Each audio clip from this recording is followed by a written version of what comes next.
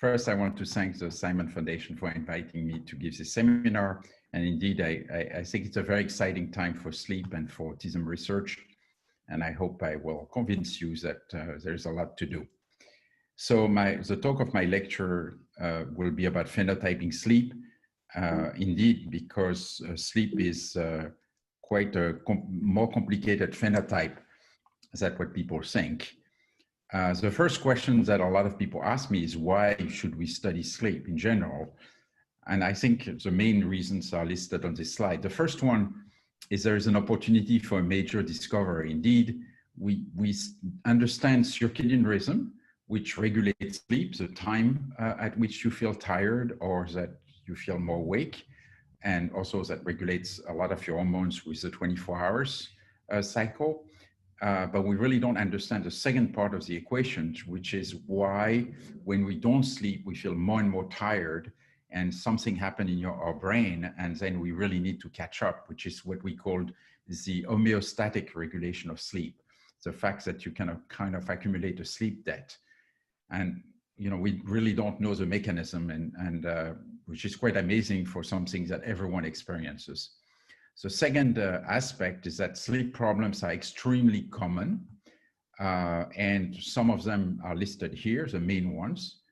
Probably there are even more that are not listed. There are more that are not listed here, but one of the most common is sleep apnea, which is when people fall asleep, they relax their upper airway, and very often what happens is they start by, if they have a relatively narrow airway, often in association with obesity, or if you have a small jaw, so then the upper airway becomes a bit too narrow, and when you suck the air in, because the act of breathing is really sucking the air in, creating a vacuum in your chest, then suddenly your upper airway collapses. And sometimes it just gets slightly narrow, but doesn't completely collapse and start to vibrate. That's snoring, which a lot of us experience. And then sometimes it just collapses completely. So typically the patient kind of gasps. And what happens is, and then you just wake up. And of course, when you have that hundreds of times during the night, it fragments your sleep and it makes you very tired during the day. And also we know that it causes a lot of complication, in particular cardiovascular consequences. For example, it's a major risk factor for stroke and for, in particular, high blood pressure. So sleep apnea both makes you tired and also makes you at risk for cardiovascular problem. Another issue that's very common is insomnia, which sleep apnea is more men and often associated with a high BMI, because when you're obese, you put a lot of fat, especially men in this area. At the opposite, insomnia is more common in women, and to be honest, we don't really know why. And insomnia is often a precursor of depression. And I mean, the consequences, the health consequences of insomnia are not as clear, except for depression. We know that insomnia can cause depression, probably, and then depression also causes insomnia. So there is some kind of bilateral relationship. Then there is a whole series of disorders that we don't really understand, where there are motor disorder. You feel that your legs in the evening are kind of bothering you, and you feel that you have to move your leg. It's called restless leg syndrome. It's only in the evening. It's actually very circadian, and people just can't fall asleep. They have to just stand up and move their legs, and then they go back to bed and they feel they have to move their leg again. And it's also associated with this leg movements during the night where people kick every 30 seconds, and it also can disrupt sleep. And then finally, there's a whole group of patients who are tired during the day. Instead of not sleeping at night, their main problem is they fall asleep all the time during the day. And this is the areas of hypersomnia and narcolepsy, and I will talk a little bit about this. And all these complaints, of course, are present also in people with autism. So opportunity for major discovery, a lot of sleep problems. And then finally, it's also just in general, sleep is a window to brain function. What's amazing when you sleep is you get disconnected from all your sensory input, and suddenly your brain kind of like reboots like a hard drive. And you could say that you just go through specific sleep stages and in a very predictive way.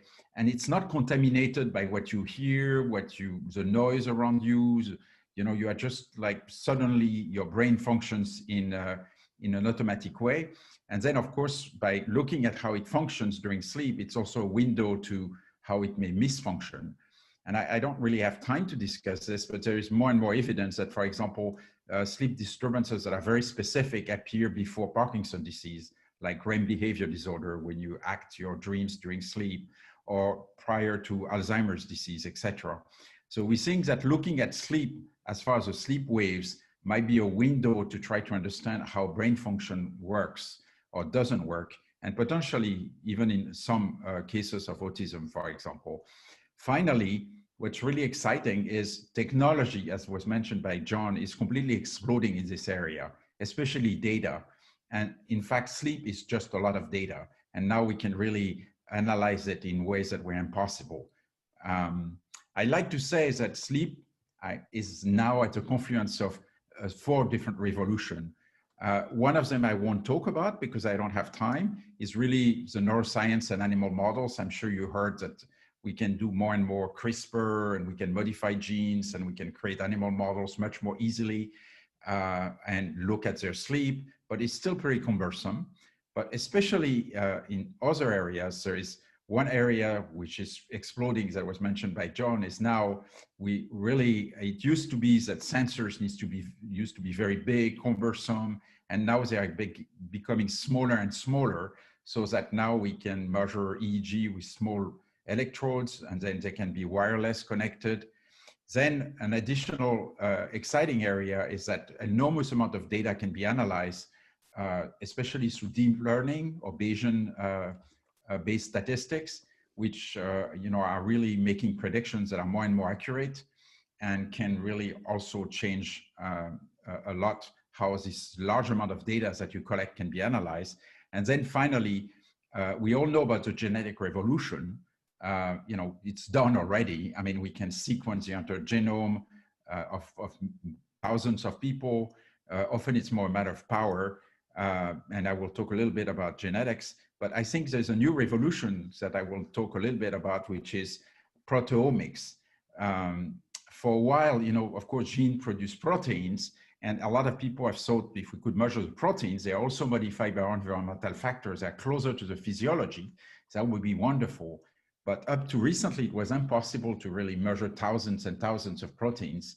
But now it's possible. There is several technologies that allows that, and this is really exciting. And I will give you application in the field of sleep. So just for background, as I mentioned, sleep is really regulated by 2 factors. And I want to really insist on that sleep is not just the brain, it's the entire physiology. It's everything changes with sleep and circadian rhythm. So the first factors that regulates sleep very strongly is the circadian clock.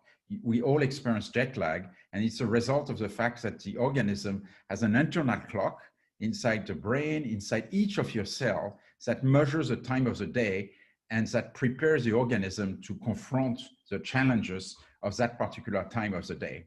And it's organized very precisely so that at certain hours, there is certain release of hormones. You are more awake at certain hours, more sleepy at other hours.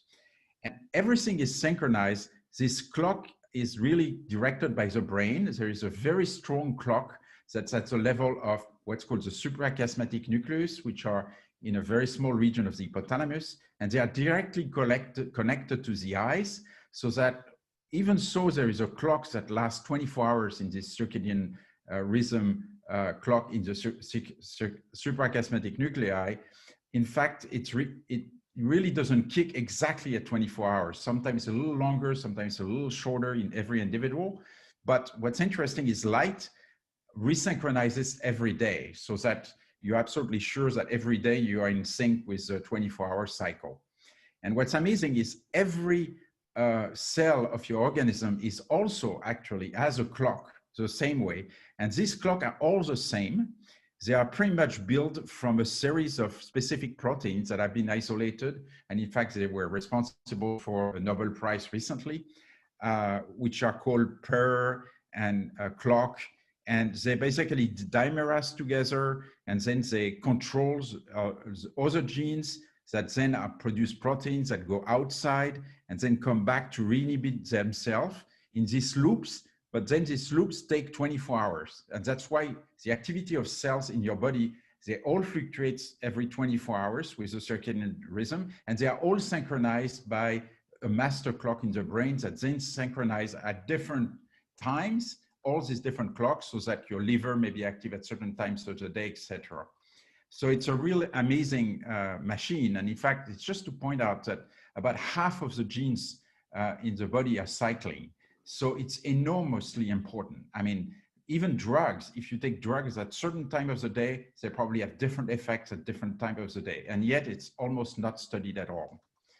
And actually the second aspect that controls sleep, which is the sleep debt, is the opposite of circadian rhythm. Circadian rhythm, we know a lot about it. There is the Nobel Prize. We know the proteins that are involved in this cycle of 24 hours. But sleep debt, we don't know what's in the brain is measuring how much sleep you got.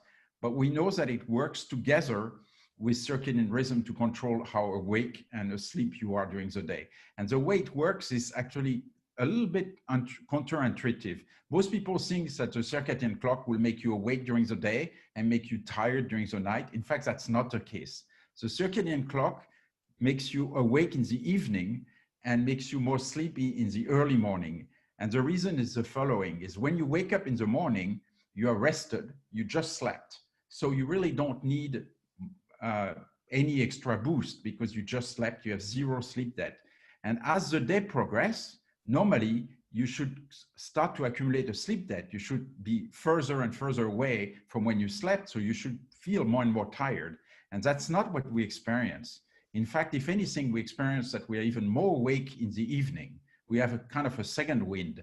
And the reason is in the evening, even so we have been awake for an entire day and we have accumulated a big sleep debt, there is the temperature of your body rises, and the circadian clock helps you to stay awake in spite of the fact that you have been awake for the entire day. And if, of course, in the middle of the day, there's a little bit of a vulnerability zone where you have been awake for almost half of the day, so you already have a sleep debt, but then your circadian clock has not kicked out the second wind, and that's why you can take a little nap. And the opposite happened during the nap, the sleep. First, it crashes, and the first part of the sleep that you get is slow wave sleep. And you kind of have, your sleep debt is removed, and then you sleep very deeply in non-REM sleep. And then the second part of the night, you're already rested, but the circadian clock decreases your body temperature to make you even more sleepy so that you can continue to sleep in spite of the fact that you're rested already. And that's why a lot of people wake up sometime in the middle of the night, because they just have already used their sleep debt, but then they have not yet decreased their temperature as a result of the circadian clock. And there's also a little vulnerability zone in the middle of the night that can produce this midnight insomnia. And I want to point out that sleep, the same way as circadian, how tired you are, also regulates everything. That even if you look in the liver somehow sleeps as well in some ways, because if you calculate the number of genes that changes in the liver as a function of your sleep debt, independently of your circadian clock, you also have an enormous number of genes that are changed depending on how tired you are. So these processes are extremely important, and they work together to make you awake during the day and asleep during the night. So when we started to look at the sleep field, there's a couple of things I personally realized. One of them is that sleep is a very heterogeneous discipline. Unfortunately, and that's a curse and also a fantastic opportunity. I can talk to people about autism. I can talk to people about, I don't know, prostate. I mean, I can talk about anything, and there's always a connection with sleep. In fact, in sleep, what is sometimes difficult is it's almost difficult to know what not to do, because there is so much to do that is interacting with every function. So one of the things that I started to look at is and the second problem is people who work in sleep are often coming from very different backgrounds. There is some basic scientists, there is some geneticists, there are some neurologists, there is some psychologists, there is some respiratory physiologists because of sleep apnea. So it's very diverse field. And often they have this field of specialty, but they don't see the whole car. They see only pieces of the car, because a good sleep is not having any of this problem, plus having the right amount of sleep debt and the right circadian time. And so we first tried to create a questionnaire. I met with a lot of different specialists, and we tried to really create a detailed questionnaire that covers all the aspects of sleep, not only how tired people are, if they sleep well at night, but also a little bit of their general habits in terms of at what times they go to bed, at what times they wake up, etc. And also a lot of questions about sleep disorders. Do you snore? You don't snore? Do you feel your legs? And then we just created this questionnaire that used mostly branching logic.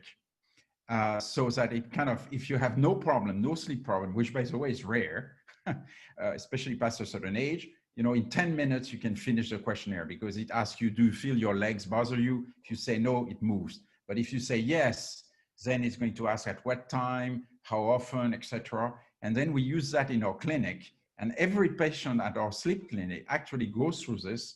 And then we have a summary at the end that the clinician can look at, and immediately they have a good idea of what kind of sleep problem people have. Because another big problem we have with sleep is often the sleep problems are so common that sometimes there are multiple sleep problems together. For example, it's not uncommon to have a deadly combination of sleep apnea, snoring and gasping, and having insomnia. And this is actually a very bad combination that's difficult to treat. So by having all these different scales, we have an idea when we see the patient what kind of problems they have, and then we are sure that everything has been addressed. The second big problem, besides this just ability to see the whole patient across all specialty through subjective symptoms, was also to try to better capture sleep itself through the sensors that we use to measure sleep. And this is the problem we have now. As you see, this is what we use, and you can imagine that you can't sleep normally, with this. I mean, first, most people have to sleep on their back because they have all kinds of wires everywhere. It looks like it's very comfortable, but that's not the reality. You don't sleep normally with all this electrode. And there's clearly a need for hardware improvement. I will talk about this. But still, it's very remarkable. When you measure sleep clinically, you measure an incredible number of physiological parameters. As I told you, it's a window to brain and just whole body physiology when the person is really captive, because they are not moving and they are going through this automatic programming. And for example, you have all the brain waves that represent, the brain activity. You have the muscle tone, which is very important to measure in the context of rapid eye movements or REM sleep, because during REM sleep, you have a very active brain that you measure with EEGs that's very active, but you are completely paralyzed when you're dreaming. Then you measure the leg movements, because I told you, kicking is very important for restless leg. We measure the eye movements because it's important for REM sleep. And of course, we measure all kinds of aspects of breathing and heart rate because of sleep apnea. And this way we can have both the sleep cycle, when you fall asleep first, as I told you, during the night, initially you don't have a lot of REM sleep. You mostly have slow wave sleep. You catch up your non-REM sleep debt. And then towards the second part of the night, you dream a lot more. And as I told you, it's the time where your circadian clock is driving your temperature low. And then that's when you dream the most. And when we do this kind of sleep study, what's amazing is I don't think people realize, but there's about 1 million studies like this that are done every year in the United States alone. So it's not like a small little market. I mean, there are thousands and thousands of sleep clinics. When I did my medical school and my specialty in sleep medicine, the number of my specialty certificate was 404. So I'm kind of an old kind of, I was really at the beginning of these things. And my boss, Dr. Dement, who was a graduate student when he just passed away, when REM sleep was discovered, he signed in all the certificate. He was the #1 of the sleep specialist. So it's a relatively recent specialty. But what I want to point out is that all this scoring is done by technicians. They go through these pages and pages. Originally, they were pages, but now they're screen by screen. And then they look at the EEG and they say, oh, this looks like stage 1, you know, because the pattern of the EEG is just like barely sleeping. And then it's slow wave sleep. There is these big waves. And then that's REM sleep because there's the eye movements. And then they look at sleep apnea and they have very clear definition when people stop breathing and the oxygen drops. And then they have very clear definition about leg movements. And all this is done by 1,000 technicians that just do that very, very slowly. Actually, it takes about 1.5 hours per sleep study. And this seemed to be completely absurd to us because this is ideal for machine learning, especially a new type of machine learning, because machine learning is a very broad term. It can also be glorified statistics, you know, just like, you know, a linear regression or logistic regressions, a little bit more complex, but the same principle. But what I'm talking here is about deep learning. Deep learning really came about through facial recognition. And the way facial recognition was developed first was, the idea was the following, is you have these systems of little neurons, that's why they're called neural networks. And these little neurons, you know, take a decision, yes or no. It's a relatively basic definition. It's not a probability, it's relatively simple, yes or no. And then they are really represented by little filters. So when you have a picture, you have a picture that goes through this filter, and then it will say yes or no for a certain feature all through the picture. And then on the other side, you train the network by having people recognize my face versus other faces. And little by little, the network is going to recognize all the small little features that are specific to me versus everybody else. And then when a picture will be presented with a similar way of analyzing the image, it will deduce that it's me as opposed to someone else. So the machine really learns to recognize my picture. And as you see, it's a little bit like a black box, you know, because you don't really know which feature is being used. And that's something that people sometimes criticize, but actually now there are new ways to analyze a network to really understand what it's doing, but I'm not going into detail. But what's remarkable is it really can imitate any task of a human, especially a task like facial recognition or a task like speech recognition. And it's working incredibly well. Initially, as a scientist, I hated it because it's against the gut of a scientist to think that this stupid network is going to deduce something without any rule or any like beautiful logic, but just by finding little fragments of probability. But actually, it works incredibly well. And one of the big advantages is that it imitates humans exactly the same way humans do it. So actually, even if there's artifacts, if, for example, there is a blank face, you know, nobody is going to recognize it. It's even if there's no rule, it's going to recognize it's not me if it has not been scored as me. So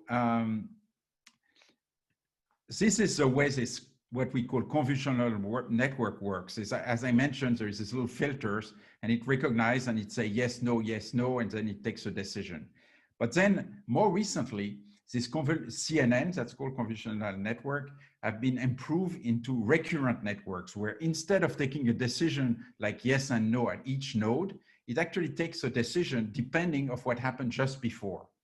And this is ideal, for example, if you had a video, it could recognize my face even better by knowing it's already my face the frame before.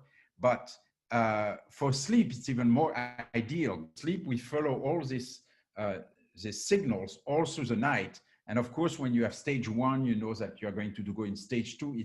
It usually has some predictive patterns. And then this allows you to make even better prediction by using the temporal component. So as an example, what we did is we tried to use this kind of deep neural network to automatically classify stage 1, stage 2, stage 3, dreaming, sleep, REM sleep by machine learning. And again, it's very easy because we have all these technicians that look at this 30 seconds epoch and already annotate them as stage 1, stage 2. So basically you feed this information to the network and the network will recognize the image that, you know, is a representation of the data of a certain stage, and then little by little, it will learn very quickly, actually, to score automatically stage 1, stage 2, stage 3, the way as a technician would do it. And in fact, after about 400 or 500 studies, the performance plateaus, and it's pretty much learns everything. And it's really very efficient. The second thing, this is a little more complicated. I wanted just to point out that actually there is a little bit of an art on how you create these networks, but it's really a series of the CNN and temporal recurrent networks. Now, what's beautiful about this is you can even prove that it can do better than humans. You're going to tell me, how is it possible? Because since it's trying to imitate humans, how can you can prove that it's doing better than humans? In fact, you can prove that it can do better than humans by using multiple humans. So for example, this is a sleep study that has been scored by 6 different scorers. And here the white is like being awake, and then red is stage 1, the beginning of sleep, stage 2, and then deep sleep, stage 3, and then the black is REM sleep. So it's a typical sleep cycle. You fall asleep, you go into non-REM sleep, and then REM sleep. And as you see, you have more and more REM sleep toward the morning hours. And then you wake up sometime in the middle of the night, as I kind of tried to explain to you. As you see here, for example, this first period of REM sleep, 5 out of 6 technicians said it was REM sleep, but one of them did not score it by REM sleep, So, but you see that what's beautiful about machine learning is that it actually gives you not only if it's REM sleep or not REM sleep, it's going to give you a probability of REM sleep. So for example, here, it shows that the probability of REM sleep seems to be about 90%. So it actually gives you almost like if thousands of scorers had scored that study and give you a mean result of all these scores. This is even more striking. It's one single study that has been scored by 4,000 different scores as part of a training exercise by the American Academy of Sleep Medicine. And then you see that sometimes some technicians thought, oh, maybe it's not stage 2, but people are waking up a little bit. And you see that exactly the same thing happened with machine learning. The machine learning not only recognize, stage 1, stage 2, but it kind of recognize even when the stage is like stage 2, but a little more like stage 1. So this gave us some interesting ideas, actually. So it's just to tell you that machine learning does not just imitate humans, but can give you completely new insight. Indeed, one of the things we checked next is it biased by the pathology? If you have sleep apnea, if you have insomnia, if you have leg movements, is the scoring still the same between humans and the machine? And in fact, we found is that it's very consistent. There is almost no effect. I mean, the p-values are, some are significant, but it's really negligible considering the very large sample size. Basically no difference, except for one particular pathology where you see that there's an extremely big divergence between the human scoring and the automatic scoring of the machine. So we said, oh, that's very interesting. Why? And indeed, when you look, the reason is a normal person that's, again, you go into, you're awake, and then you fall in stage 1, stage 2, and then stage 3, and then you have REM sleep. It's a classic sleep cycle that I explained. And in narcoleptic, we know that they go straight into REM sleep. It's very abnormal because they dream. But what's really striking about narcoleptics is sometimes they're half awake and half in REM sleep. They may wake up paralyzed, for example, but they're completely awake, like they have the paralysis of REM sleep. Or sometimes they dream, but they're half awake, and it's very scary. They have this kind of hallucination. And look what the machine learning is doing. It has trouble to sometimes differentiate these stages, exactly like the patient describes it. It's like it says there is a probability of 30% of being awake, 30% of being in stage 1, 30% to be in REM sleep. This never happens in normal people. So this told us that indeed the sleep of narcoleptics was qualitatively different, that it was just having a different signature. And we used that with a second model, which more like a lasso, which is like a linear regression. We extracted these probabilities of different sleep stages in patients with narcolepsy versus control. And then we could construct a second model to diagnose narcolepsy automatically from the sleep study. Normally, you have to do a nap test. It's much more time consuming, but using just machine learning on the PSG and this probability distribution that are derived from the automatic scoring and these very special features, we could actually diagnose narcolepsy better than even the conventional nap tests that we use that ask people to nap during the day and to go into REM sleep. And this has a ROC curve, but it's just to show you that machine learning doesn't just imitate humans. It can give you also insight way beyond, because sometimes you find these completely abnormal patterns. So by the way, we can do everything else. We can also detect microarousals, sometimes very difficult to score, but people wake up for 2 seconds, and then with machine learning, we have trained the network to actually be able to do that as well, better than humans. And now we can really do everything pretty much that a technician does better or as well as humans. We still have a little bit of problem with sleep apnea, but I don't have time to discuss it. And the real reason is not that much that the machine doesn't work, is that the humans are completely disagreement most of the time. So the scoring is so poor that the machine has trouble imitating humans because they don't agree. So why do I do this? I mean, honestly, you will say, okay, it's saving time to do the sleep study, but it's not so exciting, all right? I mean, okay, you're doing it more reliably than humans. You're doing it probably better. You can discover new insight into sleep pathologies. That's one aspect. But my real goal was to apply this in large sample where we'll have also genomic and other information to link the genomic with the sleep patterns and try to understand which genetic abnormality change sleep and potentially other symptoms. And for this, we started to do this study where we have patients that have these sleep questionnaires that I told you, because at the end, if I find a gene for spindle or for stage 1, nobody cares, all right? I mean, it's not like, oh, I find the gene for stage 1. But if I find a gene to say that predisposed to a specific disorder or something, or complaint, or being tired in the morning, or not having your sleep restorative, of course it has value. But what I want is to have the subjective complaint linked with the objective measure, find this as some kind of endophenotype, and then link it to the genetic data, because as I will explain later, the genetics is really causal, always causal, and that's one of the power of doing genetics.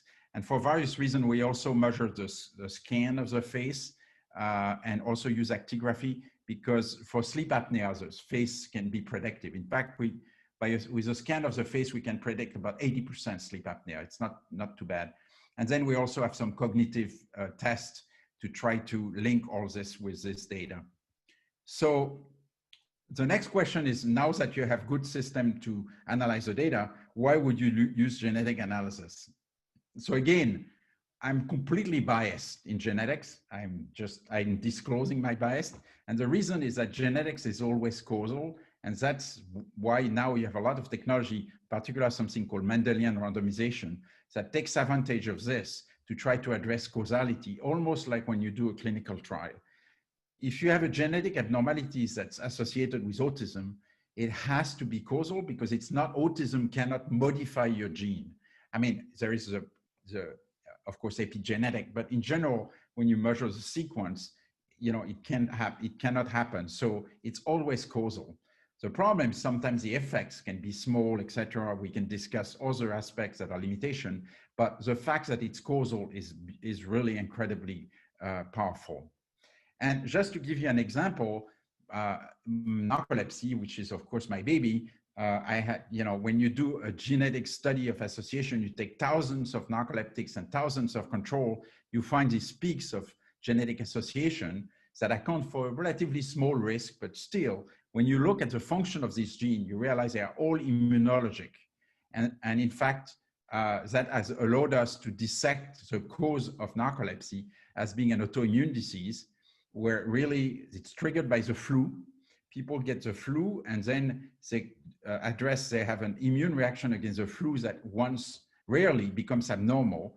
And instead of just recognizing the flu in the context of certain T-cell receptor, recognizes a piece of hypocretin or orexin that looks like the flu, and then it makes a cross-reactivity between these two, the flu and the piece of hypocretin, and it destroys the cells that produce hypocretin, and then you have narcolepsy.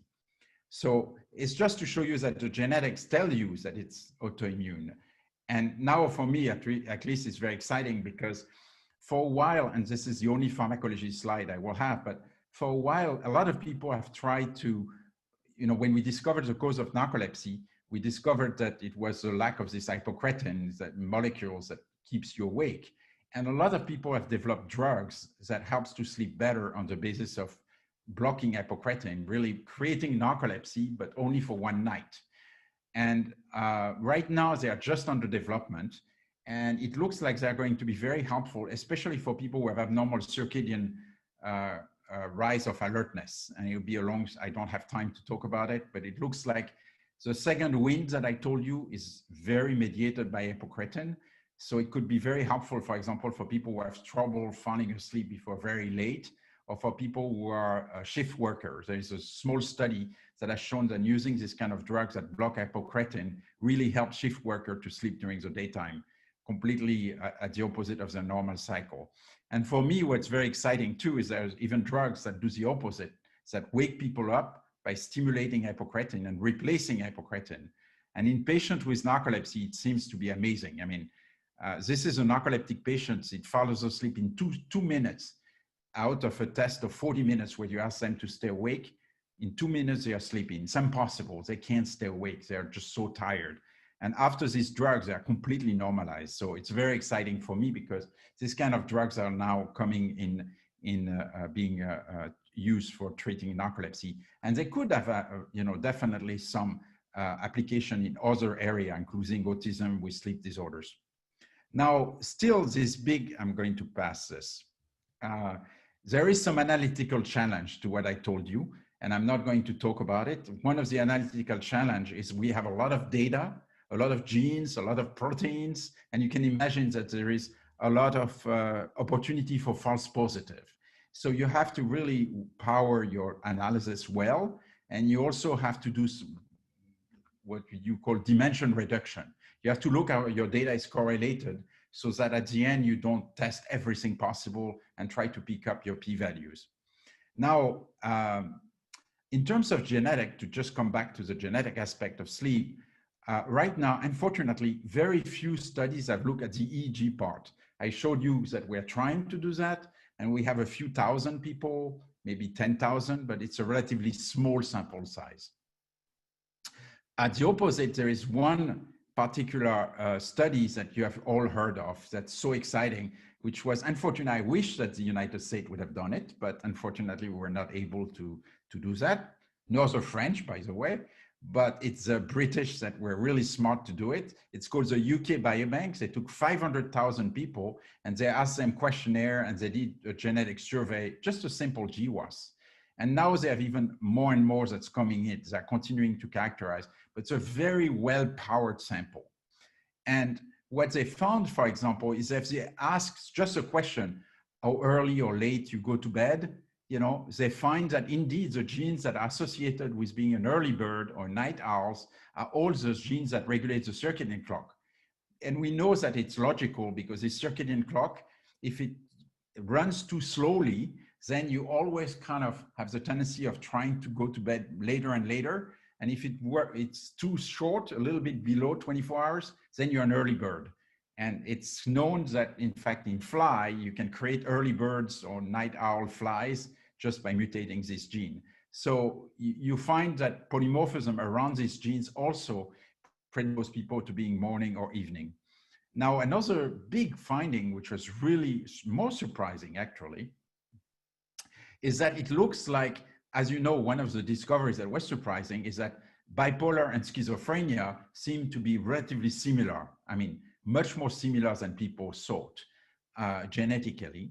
But actually also, people who sleep too long, people who complain of needing 10 hours of sleep and so forth, usually they are actually similar genes as schizophrenia and bipolar.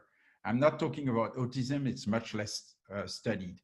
And then another series of things that was very interesting is people realized that some of the pathologies that we called disorders were probably composite pathologies. Like, for example, insomnia is very complicated. Definitely anxiety is partially causal to insomnia, but it's not just that, but there is definitely some overlap. And also, more importantly, the people who had restless leg syndromes that I told you, they felt they had to move their leg in the evening. It looks like they have a combination of genes for insomnia and genes for leg movements that kicks. And probably it's a mixed phenotype. It's when you have a lot of these leg movements during the night. For some people that worry about them and also don't sleep well, then it becomes another pathology. So clearly, the genetics can also redefine certain disorders. And just that's one example, but we have something that's very, a small studies that's very interesting. We're studying this very weird disorder, which will illustrate again this idea, which is called Klein-Levin syndrome. Very rare. People sleep all the time. They are young adolescents, and they sleep for like 10 or 20 hours during the day. And if you wake them up, they're aggressive. They're like in a fog. They're almost confused. The first time they go to the emergency room, they can't add 2 and 2. They're really weird. Sometimes they're also disinhibited. They can eat enormous amount of food. Sometimes they are sexually disinhibited. It's very severe. It's not just sleeping all the time. And it lasts for about 2 weeks. And then after that, it disappears completely. And from one day to the next, they're totally normal. And then, unfortunately, it restarts again, maybe a month later, 2 months later, we have no idea. It's a periodic hypersomnia. And when we did a genetic study, we actually were very surprised because we found a very strong association with a gene that's very strongly associated with bipolar disorder. So, and in addition, we found, like, I know that for autism, there's probably some findings that, interestingly, there seemed to be an association between this TRNC1 polymorphism and also birth difficulty. So that people who have more birth difficulty also and TRNC1 are probably predisposed to Klein-Levin syndrome. And I suspect it's the same in bipolar disorder, that there's an interaction between having a difficult birth and certain genetic factors, such as this TRNC1 factor. Another example of this kind of overlap in phenotype is, again, when we have started to look at the genetics of periodic leg movements, just the kicks during the night, and you see that it's really much more pure than restless leg. And restless leg definitely seems to be a mix of both insomnia and this leg movement. So here we're probably a much more pure phenotype, just looking at the muscle. There's probably an urge to move your legs that come from your spinal cord and kicks during the night. And sometime when you're anxious and you have problem with sleep, then it becomes restless leg syndrome. So I just want to point out that this UK Biobank is an incredible resource, and that in fact, we have worked with them and they're going to administer something very similar to the Alliance Sleep Questionnaire. So soon sleep would be much better phenotype. Right now, they just ask how much time you sleep, if you're insomnia, but it's really not a very good phenotype. Soon they will ask all kind of questions, at what time you go to bed, at what time you wake up, if you have restless leg, etc. The other thing is they have actigraphy available, is 250,000 subjects that you can download and analyze. And I think that's a fantastic resource as controls even. And then they are starting to look not only at genetic association, but also at exome sequencing. And this is very powerful because often you find a genome association with a GWAS. You are never sure exactly which gene in the region is involved. Sometimes it's obvious by analyzing QTLs or genetic effects on gene expression, but sometimes it's not obvious at all. But what's nice is if you start to look at rare variants inside the genes, and then you find that when you have rare variants, like in autism, often it's rare variants that cause the same problem as the genetic association, then it's almost the proof that it's really that genes that's causing. And by the way, the apocritin receptor, for example, it really works, which are involved in narcolepsy. They are definitely very involved in regulating some sleep phenotype. I added a couple of slides about autism that I found interesting. There is this recent GWAS association, and indeed, when you look at the genetic correlation with various aspects of physiology and mental health, definitely sleep is extremely important. Like tiredness is one of the strongest genetic correlation. And I noted also that chronotype is also a very strong correlation. So it suggests that there's definitely some genetic overlap between autism and genetic and some of these sleep phenotype and circadian phenotype. And by the way, I started to look a little bit at specific genes, and some of them definitely that have evidence both from GWAS and from single variants or mutation like CADS. I don't know what it does, to be honest, but it seems to be a strong gene candidate for regulating both of this type of issues. And I found others, and even more interesting, there's a paper recently. What's very beautiful about genetic studies is, as I mentioned, you can start to address causality. And because you can look at how polymorphism in one group are associated with another group that are better or differently associated with different phenotype.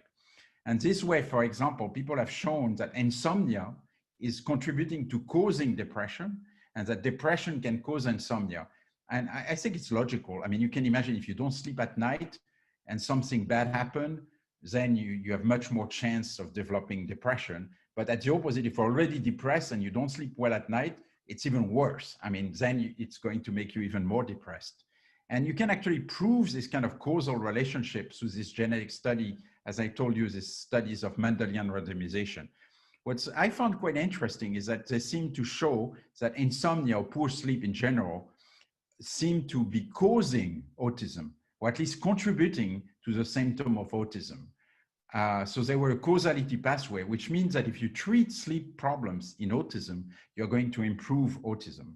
I mean, I'm not saying that it's causing all of autism, but that's a direction of the causality. And it was the same for bipolar, but they didn't see evidence for other mental disorders.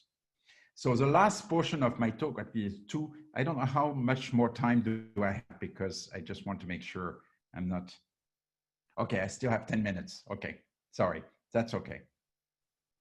So the problem of the genes, and that people complain a lot about, is you can't do anything about them.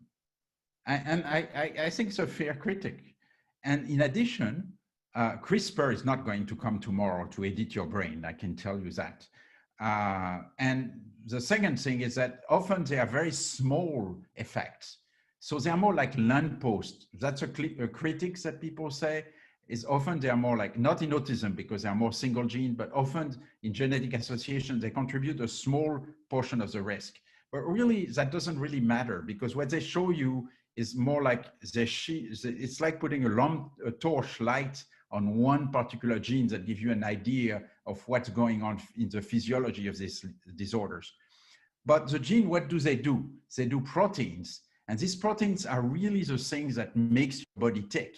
And what's really interesting is these proteins are often modified both by environment and by genes. So, but often it's the proteins that are really the interesting things we want to modify, or the metabolites. I will give you an example. We know for quite a while that if you have high cholesterol, if you have certain polymorphism in the enzymes that produce cholesterol are associated with high cholesterol. And we know that high cholesterol is associated with more heart attack and all kinds of problems. But we also know that if you eat a lot of fat food, it's going to contribute to high cholesterol.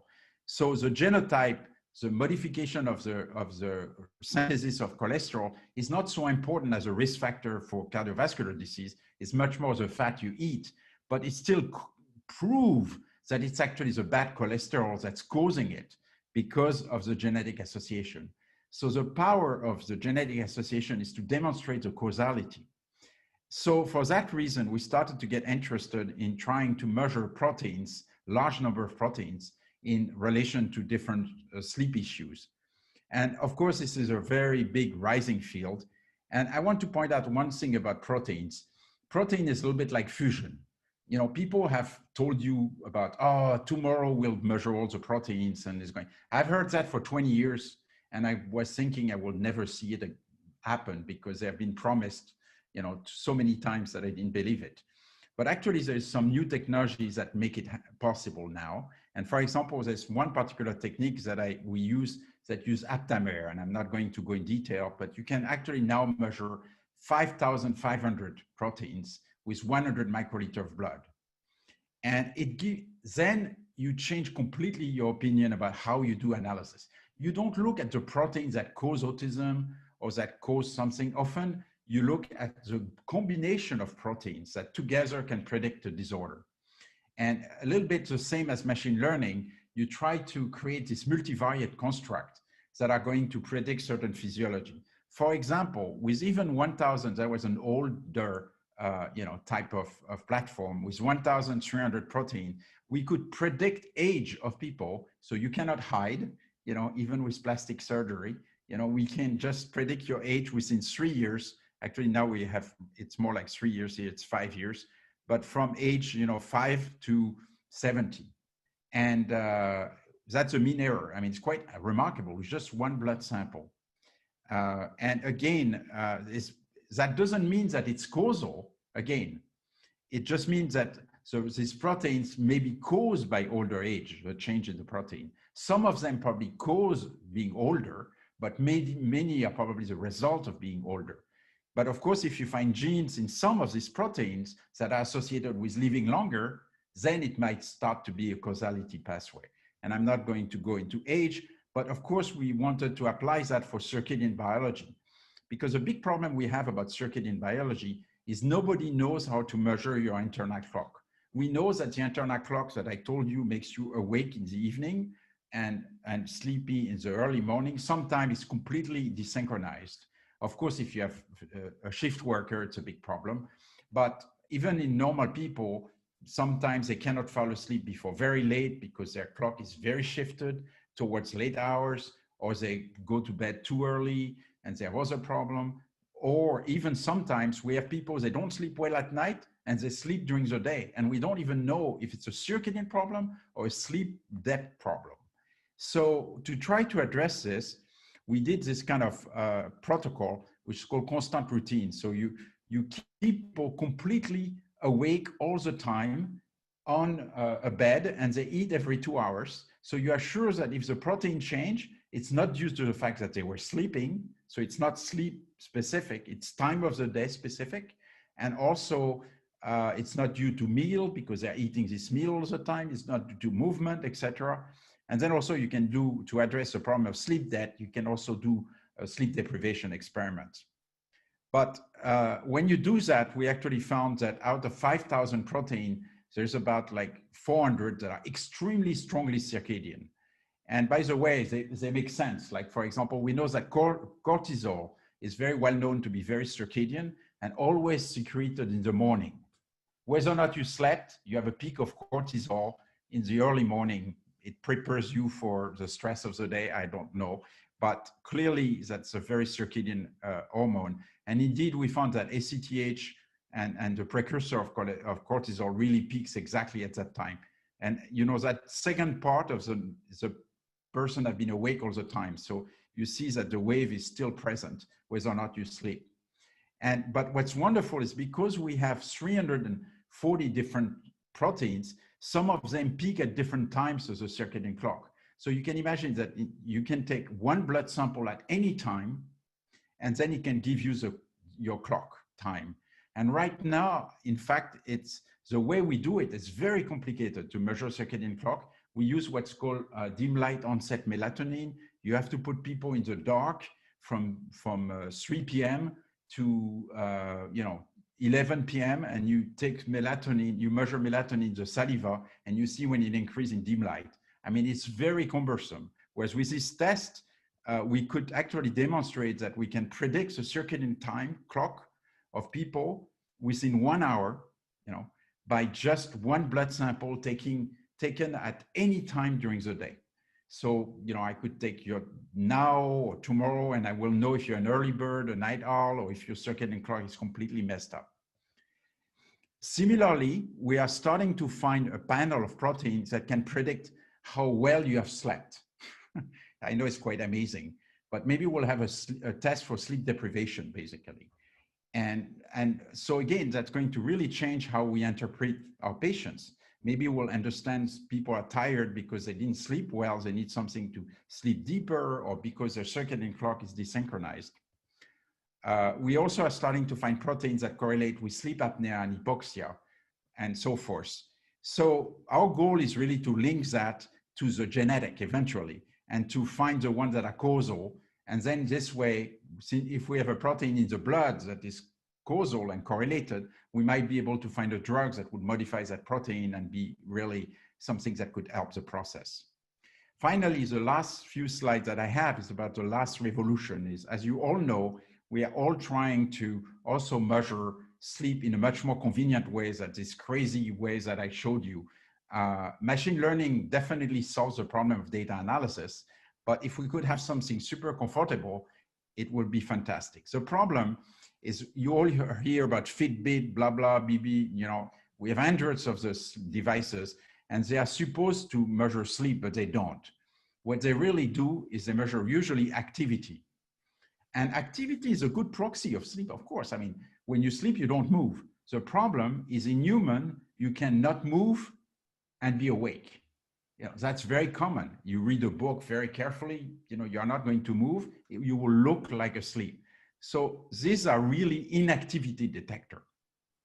And they work great if you have great sleep, if you shut off your light and sleep immediately, and, you know, but they don't work, you know, in 20% of the time. Actually, with very complex machine learning and high resolution actigraphy, we can predict sleep stages with about 80% accuracy, but it's in normal people. I'm sure it really completely breaks down if you have people with sleep abnormality.